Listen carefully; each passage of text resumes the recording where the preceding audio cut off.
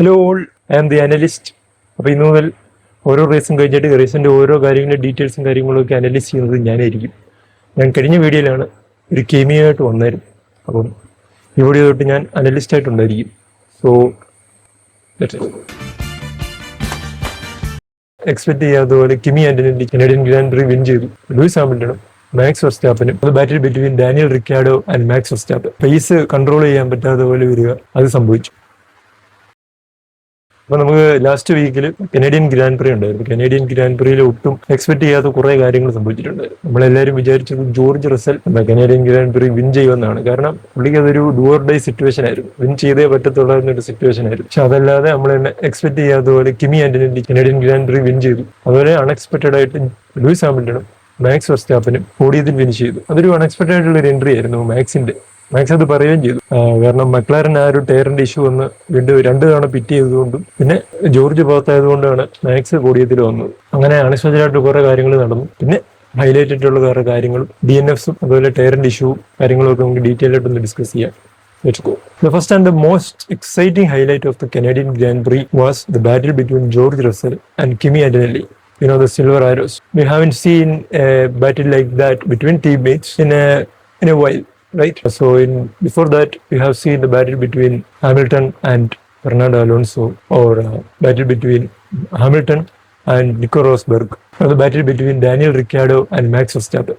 Right. So after a long while, we have seen the battle between teammates in a race. So in this season, it's the first time we have seen battle between teammates, right? George Russell and Kimi. So it was exciting. So the battle between these two have been going on like for a long time, like lap 2 to lap 30.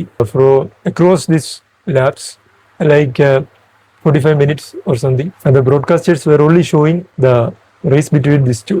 പക്ഷേ ഇതിൽ funny ആയിട്ടുള്ള കാര്യം എന്താണെന്ന് വെച്ച് കഴിഞ്ഞാൽ ഈ റേസിൽ 9 തവണ റേസ് ലീഡർ മാറിയായിരുന്നു. ജോർജ് റേസ് ലീഡർ ആവും, അത് കഴിയുമ്പോൾ കുറച്ച് ലാപ്പ് കഴിയുമ്പോൾ കിമി വീണ്ടും റേസ് ലീഡർ ആവും.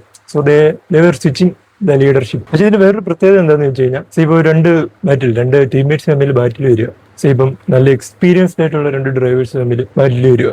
ഇപ്പം ബോട്ടാസും ഹാമിൽട്ടണും തമ്മിൽ ബാറ്റിൽ വരുവാണെങ്കിൽ they are like professionals, right? അപ്പം ഇവർ തമ്മിൽ ഒരു മിസ്റ്റേക്ക് വരുത്തുക. ഇപ്പം റേസ് ചെയ്യുന്നതിൻ്റെ ഇടയിൽ ഇപ്പം എന്ന് പറഞ്ഞാൽ ഒരേ പേസിൽ ഒരേപോലെ ഇങ്ങനെ റേസ് ചെയ്യുന്ന പോകുന്നതിൻ്റെ ഇടയിൽ ട്രാക്ക് വിട്ടു പോവുകയോ അല്ലെങ്കിൽ ഒരാളെ അപകടം എന്ന് പറഞ്ഞാൽ ഡേഞ്ചറസ് ആയിട്ട് ഒരാളെ ഓവർടേക്ക് ചെയ്യുകയോ അല്ലെങ്കിൽ എന്തെങ്കിലും പെനാൽറ്റി വരുന്ന പോലെ ഓടിക്കുകയോ അങ്ങനെയൊന്നും ഉണ്ടാകത്തില്ല. പക്ഷെ ഇവരുടെ രണ്ടുപേരുടെയും കേസിലാണെങ്കിൽ ഇവർ രണ്ടുപേരും കോമ്പറ്റേറ്റീവായിട്ട് ഓടിക്കുമ്പോഴും they are making mistakes, lot of mistakes.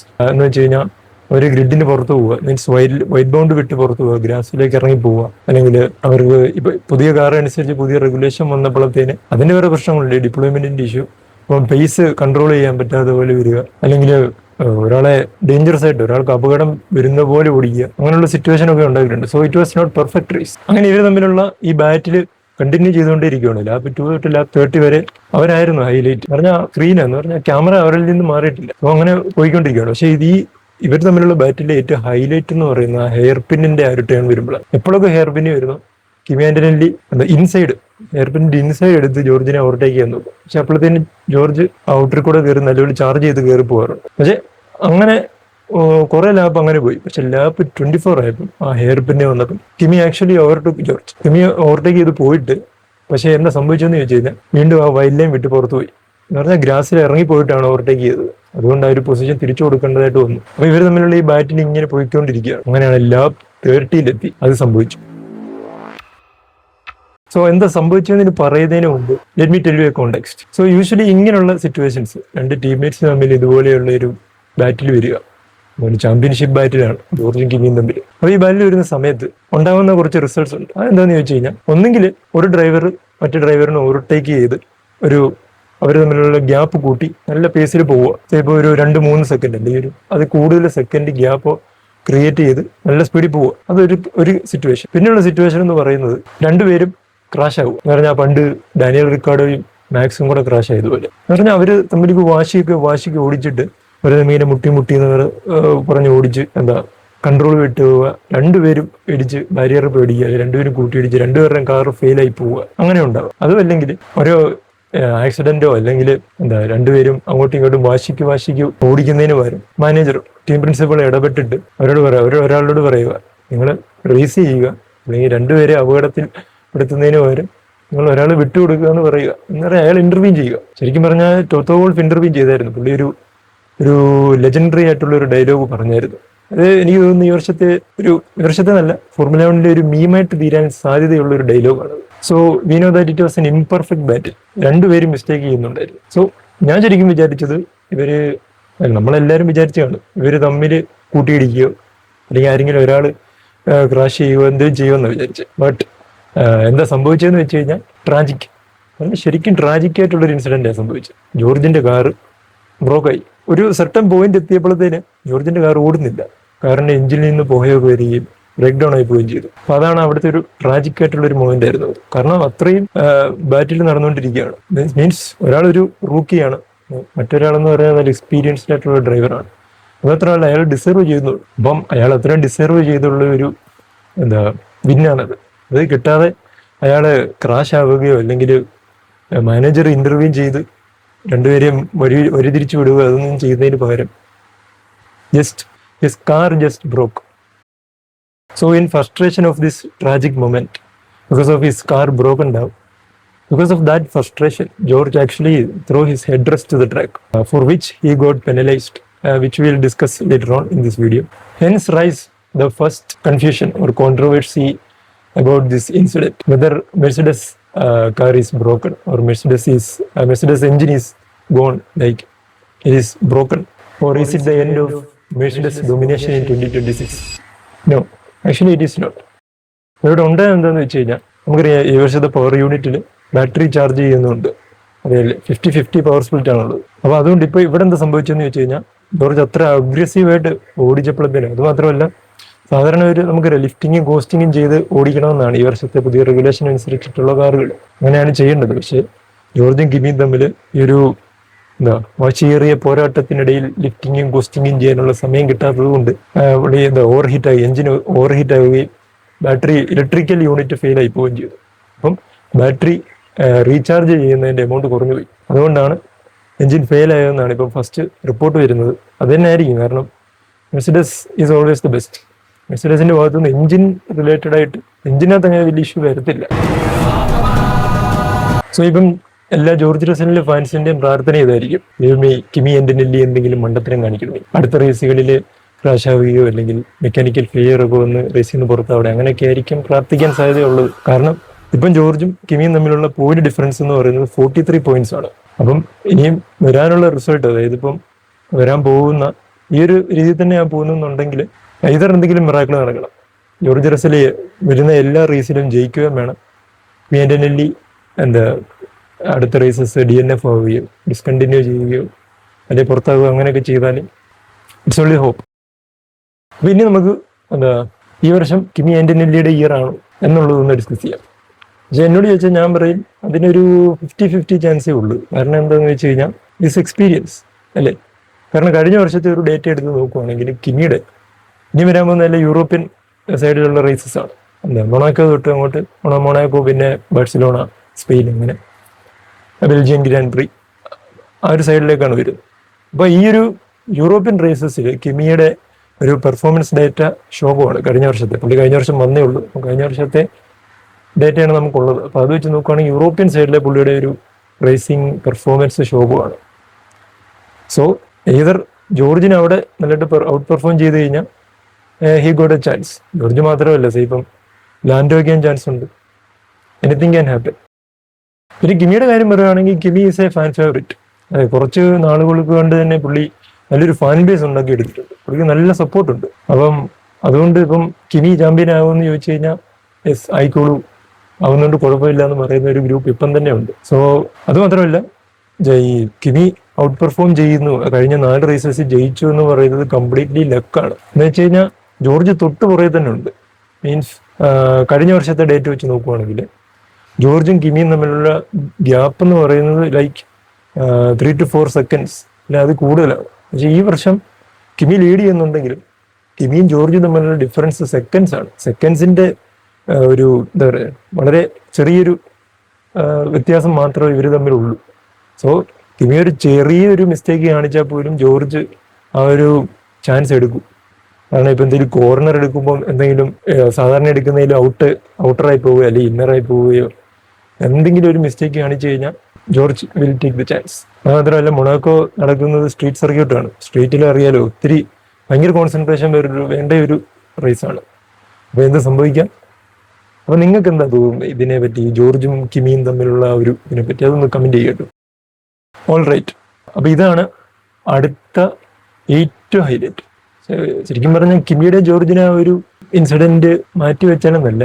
ഇപ്പം നിങ്ങളൊരു 2022 ശേഷം ഫോർമുല 1 കണ്ടു തുടങ്ങുന്നവരാണെങ്കിൽ നിങ്ങൾക്ക് കിമിയുടെയും ജോർജിന്റെയും ബാറ്റിലായിരിക്കും ബെസ്റ്റ് ആയിട്ട് തോന്നുന്നത്. പക്ഷെ അതല്ല, അതിന് മുമ്പ് നിങ്ങൾ കണ്ടു തുടങ്ങിയവരാണെങ്കിൽ, ഇപ്പം എൻ്റെ വ്യൂവേഴ്സ് കുറെ പേര് എനിക്ക് തോന്നുന്നു കുറെ നാളുകൾക്ക് മുമ്പ് തന്നെ ഫോർമുല 1 കാണുന്നവരുണ്ടാവും. ഞാൻ തന്നെ ഫോർമുല 1 കാണാൻ തുടങ്ങിയ ഈ കോവിഡിന്റെ ടൈമിലൊക്കെയാണ്. അതിനു മുമ്പേ കണ്ടു തുടങ്ങുന്നവരുണ്ടെന്ന് തോന്നുന്നു. അപ്പം നിങ്ങൾക്ക് ചിലപ്പം നിങ്ങളുടെ ഒരു ഫേവറേറ്റ് ബാറ്റിൽ എന്ന് പറയുമ്പോൾ മാക്സും ഹാമിൽട്ടണും തമ്മിൽ, അല്ലെങ്കിൽ നമ്മുടെ നിക്കോ റോസ്ബർഗ് അല്ലെങ്കിൽ ഫെർണാണ്ടോ അലോൺസോ തമ്മിൽ, പണ്ടത്തെ ഡാനിയൽ റിക്കാർഡോ മാക്സും തമ്മിൽ അങ്ങനെ ആയിരിക്കാം. പക്ഷെ അവർക്ക് വേണ്ടിയാണ് ഈ ഒരു സെക്ഷൻ. എന്താണെന്ന് വെച്ച് കഴിഞ്ഞാൽ ഇവിടെ നമ്മൾ 2024 ശേഷം മാക്സും ഹാമിൽട്ടണും നേർക്കുനേർ എന്ന് പറഞ്ഞ ഒരു പെർഫെക്റ്റ് ബാറ്റിൽ സ്ട്രേറ്റ് എന്ന് പറഞ്ഞാൽ ഹെഡ് ടു ഹെഡ് വന്ന ഒരു മൂവ്മെന്റ് ആണിത്. എന്ന് പറഞ്ഞാൽ ശരിക്കും പറഞ്ഞാൽ ഹാമിൽട്ടന്റെ ലാംഗ്വേജ് പറയുവാണെങ്കിൽ ഇറ്റ്സ് ഹാമർ ടൈം. സോ ഈ ഒരു വീക്കില് ഫെറാറിയില് ഹാമിൽട്ടന്റെ കാറിന്, എസ്പെഷ്യലി ഹാമിൽട്ടന്റെ കാറിന് ബാറ്ററി ഡിപ്ലോയ്മെന്റ് ഇഷ്യൂ ഉണ്ടായിരുന്നു. അത് ഹാമിൽട്ടൺ അതൊരു പ്രസ്സിൽ പറയുകയും ചെയ്തിട്ടുണ്ട്. അത് മാത്രമല്ല ഹാമിൽട്ടൺ വേറൊരു കാര്യം പറഞ്ഞെന്താന്ന് വെച്ച് കഴിഞ്ഞാൽ, let me do my things, means അയാളെ എന്താ ചെയ്യേണ്ടതെന്ന് എനിക്കറിയാം, എൻ്റെ രീതിക്ക് എന്നെ ചെയ്യാൻ വിടും എന്ന് പറഞ്ഞാൽ. മെഴ്സിഡസിലായിരുന്നപ്പോൾ പുള്ളിക്കൊരു ഉണ്ടായിരുന്ന ഒരു ഇൻഡിപെൻഡൻസി ഉണ്ട്.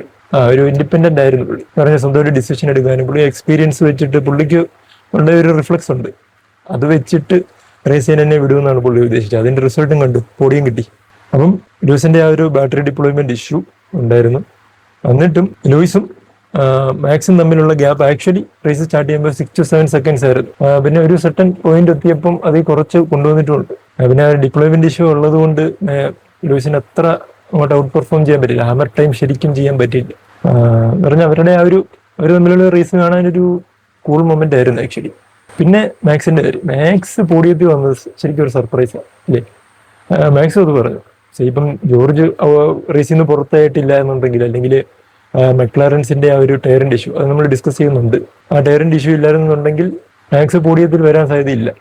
അങ്ങനെ എല്ലാ കാര്യങ്ങളും ശരിയായിട്ട് പോകുമ്പോൾ എന്തെങ്കിലും ഒരു പ്രശ്നം എതിരായിട്ട് വരുന്നത് ഞങ്ങളുടെ ഒരു ഞങ്ങളുടെ ഒരു ഇതാണ്. അപ്പോൾ അങ്ങ് മെക്ലാറിന്റെ കാര്യമാണ് ഞാൻ പറയുന്നത്. മെക്ലാറിന്റെ എന്താ സംഭവം എന്ന് ചോദിച്ചു കഴിഞ്ഞാൽ, ഇപ്പം നമ്മുടെ നാട്ടിലാണെങ്കിൽ ഇന്ന് മഴ പെയ്യുമെന്ന് പറഞ്ഞു കഴിഞ്ഞാൽ ഇന്ന് നല്ല വെയിലായിരിക്കും. നമ്മളെ അറിയാലോ, നമ്മുടെ വെതർ പോഡ്കാസ്റ്റിംഗ് അറിയാലോ. അതല്ല ഇന്ന് നല്ല വെയിലായിരിക്കും എന്നൊക്കെ പറഞ്ഞു കഴിഞ്ഞാൽ രാവിലെ തൊട്ട് മഴയായിരിക്കും ആ ഒരു സിറ്റുവേഷൻ. അപ്പോൾ ഈ weather prediction is always like a hunch അല്ലേ? അല്ലെങ്കിൽ അതൊരു ഗ്യാമ്പിൾ ചെയ്യുന്ന പോലെയാണ്. ഇപ്പം മഴ പെയ്യുമെന്ന് പറഞ്ഞു, മഴ പെയ്താൽ ഓക്കെ, പെയ്തില്ലെങ്കിൽ പോയി എന്ന് പറയുന്ന പോലെയാണ് ഈ വെതർ പ്രൊഡിക്ഷൻ. അതാണ് മെക്ലാറിന് പറ്റിയ ഒരു ഘടകമെന്ന് പറയുന്നത്. പിന്നെ അറിയില്ലേ, ഈ നോർത്ത് അമേരിക്കൻ സൈഡിൽ ഒരു വെതർ അൺപ്രഡിക്റ്റബിൾ ആണ്. മയമേരി ഇത് തന്നെ ആയിരുന്നു ഇഷ്യൂ, മഴ പെയ്യുകയോ ഇല്ലയോ എന്നുള്ള ഒരു പേടിയിലാണ്. പിന്നെ ഓരോ ടീമിനും വ്യത്യസ്തമായിട്ടുള്ള ഡേറ്റാസ് ആണ് കിട്ടുന്നത്. അപ്പം ചിലരെങ്കിലും വിചാരിക്കും ഈ എഞ്ചിനീയേഴ്സ് ഒക്കെ എന്താ മണ്ടന്മാരാണ്. പക്ഷേ അല്ല കേട്ടോ, they are brilliant engineers, brilliant people. അവർ നല്ലപോലെ അനലൈസ് ചെയ്ത്, നല്ലപോലെ ഡേറ്റ അനലൈസ് ഒക്കെ ചെയ്തിട്ടാണ് അവർ ഇൻഫോർമേഷൻസ് കൊടുക്കുന്നത്. സോ അത് മാത്രമല്ല, റേസിന് ഒരു 10-15 മിനിറ്റ് മുമ്പ് വരെ മഴ പെയ്യുന്നുണ്ടായിരുന്നു. അപ്പോൾ അത് കാരണത്താൽ മെക്ലാറൻ മാത്രമല്ല, മെക്ലാറനും വേറെ കുറച്ച് ടീംസും ഇന്റർമീഡിയറ്റ് ടയേഴ്സിലാണ് റേസ് സ്റ്റാർട്ട് ചെയ്തത്. ഇന്റർമീഡിയറ്റ് ടയേഴ്സ് എന്ന് പറയുന്നത് ഇറ്റ്സ് എ കൈൻഡ് ഓഫ് വെറ്റേഴ്സ് ആണ്. അപ്പോൾ അതുകൊണ്ട് ആ ഒരു ഇന്റർ സ്റ്റാർട്ട് ചെയ്തത് അവർക്കൊരു അടിയായിപ്പോയി. കാരണം ഇന്റർ സ്റ്റാർട്ട് ചെയ്തു, അപ്പോൾ റേസ് സ്റ്റാർട്ട് ചെയ്ത് കഴിഞ്ഞപ്പോഴത്തേനും അവർക്ക് മനസ്സിലായി അങ്ങനെ മഴ പെയ്യാൻ സാധ്യതയില്ല എന്നുള്ളൊരു സിറ്റുവേഷൻ വന്നപ്പോൾ വീണ്ടും രണ്ടുപേരെയും പിറ്റ് ചെയ്തു. മാത്രമല്ല, ലാൻഡോ P1 വന്ന സമയത്ത് വീണ്ടും ടയർ ചേഞ്ച് ചെയ്യാൻ വേണ്ടി പിറ്റ് ചെയ്യേണ്ടതായിട്ട് വന്നു. പിന്നെ അതിനിടയിൽ ഓസ്കർ അലക്സ് ആൽബോണുമായിട്ട് ക്രാഷ് ചെയ്തിട്ട് ഫ്രണ്ട് വിങ്ങിന് ഡാമേജ് വന്നു, വീണ്ടും പിറ്റ് ചെയ്യേണ്ടതായിട്ട് വന്നു. അതുകൊണ്ട് ടോട്ടൽ ഡിസാസ്റ്റർ ആയിപ്പോയി എന്ന് പറഞ്ഞാൽ അവരെ കാലാവസ്ഥ ചതിച്ചു. പിന്നെ റേസ് സ്റ്റാർട്ട് വന്ന വേറെ ഒരു ഇഷ്യൂ എന്ന് പറയുന്നത്, റേസ് കണ്ടിട്ടുണ്ടെങ്കിൽ മനസ്സിലാവും, അല്ലെ ഹൈലൈറ്റഡ് നോക്കിയാൽ മതി. 2 തവണ ഫോർമേഷൻ ലാപ്പ് ചെയ്തായിരുന്നു. സംഭവം എന്താണെന്ന് വെച്ച് കഴിഞ്ഞാൽ, ഫസ്റ്റ് ഫോർമേഷൻ ലാപ്പ് ചെയ്ത് നിന്ന് കഴിഞ്ഞപ്പോഴത്തേന് 60 ലിംലാഡിന്റെ കാറിലൊരു പ്രശ്നം പുള്ളി കണ്ടുപിടിച്ചു. It's like gear box is not working. അത് സംഭവം എന്ന് ചോദിച്ചു കഴിഞ്ഞാൽ നമുക്കറിയാലോ, ഈ ഫോർമേഷൻ ലാപ്പ് വെക്കുന്നത് തന്നെ കാറിനെ ഒന്ന് വാമാക്കി എടുക്കാൻ വേണ്ടി, ടയർ വാമാക്കി എടുക്കാനും, അല്ല കംപ്ലീറ്റ് ഒരു എഞ്ചിനും കൂളന്റും എഞ്ചിൻ ഓയിലും സംഭവങ്ങളെല്ലാം ആ ഒരു കാറിന്റെ എൻ്റയർ ഡൈനാമിക്സ് ഒന്ന് സെറ്റ് ചെയ്തെടുക്കാൻ വേണ്ടിയാണ് ഈ ഒരു ഫോർമേഷൻ ലാപ്പ്. അപ്പം ഈ formation lap, first formation lap കഴിഞ്ഞ് വന്ന് ഗ്രിഡിൽ പൊസിഷനിലൊക്കെ നിന്ന് കഴിഞ്ഞപ്പോഴാണ് പുള്ളിക്ക് ഈ കാര്യം മനസ്സിലായത്, ഗിയർ വീഴുന്നില്ല. അപ്പോഴത്തേന് പുള്ളി പെട്ടെന്ന് ചെയ്തത് എന്താണെന്ന് വെച്ച് കഴിഞ്ഞാൽ കൈ വേവ് ചെയ്തു പുള്ളി. എന്ന് പറഞ്ഞാൽ അടുത്ത് നിൽക്കുന്ന ഒഫീഷ്യൽസിനെ കൈ വേവ് ചെയ്തു, എന്നാൽ റേസ് സ്റ്റാർട്ട് ചെയ്യരുതെന്ന് കാണിക്കാൻ വേണ്ടി. കാരണം അറിയാലോ, ഇങ്ങനെയുള്ള this type of race start ചെയ്യുന്ന രീതിയിൽ എന്ന് പറഞ്ഞാൽ ഒരാളിപ്പം ഒരാൾ നിൽക്കുവാണ്, റേസ് സ്റ്റാർട്ട് ചെയ്യാതെ നിൽക്കുവാണ്, ബാക്കി പുറയുന്ന വരുന്നവർ നല്ല സ്പീഡിലായിരിക്കും വരുന്നത്. അപ്പോൾ അവർ ഇയാളെ കണ്ടില്ലെങ്കിൽ അവിടെ വലിയ ആക്സിഡന്റ് ഉണ്ടാകും, ഫീറ്റൽ ആക്സിഡൻസ് ഉണ്ടാകാൻ സാധ്യതയുണ്ട്. അതുകൊണ്ട് പുള്ളി ഉടനെ തന്നെ വേവ് ചെയ്തു, വീണ്ടും ഫോർമേഷൻ ലാപ്പ് ചെയ്തു, വീണ്ടും 2 തവണ ചെയ്തു. കാരണം കനേഡിയൻ ഗ്രാൻഡ് പ്രി നടക്കുന്ന സർക്യൂട്ട് ചെറുതാണ്. അപ്പോൾ 2 തവണ ഒന്നുകൂടെ ഫോർമേഷൻ ലാപ്പ് ചെയ്തിട്ടാണ് വീണ്ടും റേസ് സ്റ്റാർട്ട് ചെയ്തത്. അതായിരുന്നു ആ റേസ് സ്റ്റാർട്ട് ചെയ്യുമ്പോൾ ഉണ്ടായിരുന്ന ഒരു issue. So finally another confusion is George's penalty. So the FIA penalized him like 12 months suspension with 5,000 euro penalty. So അത് കാണുമ്പോൾ നമ്മൾ വിചാരിക്കും, ചിലരെങ്കിലും വിചാരിച്ചിട്ടുണ്ടായിരിക്കും, എന്ന് പറഞ്ഞാൽ 12 മാസത്തേന് പുള്ളിക്ക് റേസ് ചെയ്യാനേ പറ്റത്തില്ല എന്നുള്ളത്. അങ്ങനെയല്ല. സംഭവം എന്താണെന്ന് ചോദിച്ചു കഴിഞ്ഞാൽ പുള്ളി ഹെഡ് റെസ്റ്റ് എടുത്ത് ട്രാക്കിലായിട്ട് എറിഞ്ഞതിനാണ് പെനാൽറ്റി കൊടുത്തത്. സംഭവം എന്താണെന്ന് വെച്ച് കഴിഞ്ഞാൽ പുള്ളി 5,000 യൂറോ ഉണ്ടല്ലോ, അത് ഈ 12 മാസം FIA ജോർജിനെ അനലൈസ് ചെയ്യും. ജോർജിന്റെ ഓരോ മൂവും മോണിറ്റർ ചെയ്യും, ഓരോ എന്താ പറയുക സംസാര രീതി, പെരുമാറ്റ രീതി, ട്രാക്കിലെ പെരുമാറ്റ രീതി എല്ലാം അനലൈസ് ചെയ്യും. ഇവർ വരുന്ന 12 മാസം ജോർജ് മര്യാദയ്ക്ക് പോവുകയാണെങ്കിൽ, വേറെ പ്രശ്നമൊന്നും ഉണ്ടാക്കാതെ പോവുകയാണെങ്കിൽ ആ ഒരു പെനാൽറ്റി, അതായത് 5,000 യൂറോ കൊടുക്കണ്ട, ഫൈൻ അടയ്ക്കണ്ട. അതല്ല ജോർജ് എന്തെങ്കിലും പ്രശ്നം ഉണ്ടായി കഴിഞ്ഞാൽ ആ ഒരു പെനാൽറ്റി ഫീസ് കൊടുക്കേണ്ടതായിട്ട് വരും. ഇതല്ലേ. സോ ഇത്രയും കാര്യങ്ങളൊക്കെയാണ് നമ്മൾ ഈ റേസിന്റെ ഒരു ഫസ്റ്റ് ഇംപ്രഷൻ, ഫസ്റ്റ് ചെറിയ ഹൈലൈറ്റ്സും കാര്യങ്ങളും ഒക്കെ ആയിട്ട് എനിക്ക് തോന്നിയ കാര്യങ്ങൾ. നിങ്ങളുടെ റേസ് ഉണ്ടെങ്കിൽ comment down what you feel about the race and the incidence, especially the battle between George and Kimi or the suspenseful entry of Hamilton and Max on the podium. സത്യം പറഞ്ഞാൽ അവർ രണ്ടുപേരും പോഡിയത്തിൽ കാണാനായിട്ട് ഒരു എക്സൈറ്റിംഗ് ആയിരുന്നു. ഈ സീസണിൽ ആദ്യമായിട്ടാണ് രണ്ടുപേരും പോഡിയത്തിൽ വരുന്നത്. സോ എന്താണ് നിങ്ങൾക്ക് തോന്നുന്നത്? കമന്റ് ചെയ്യും.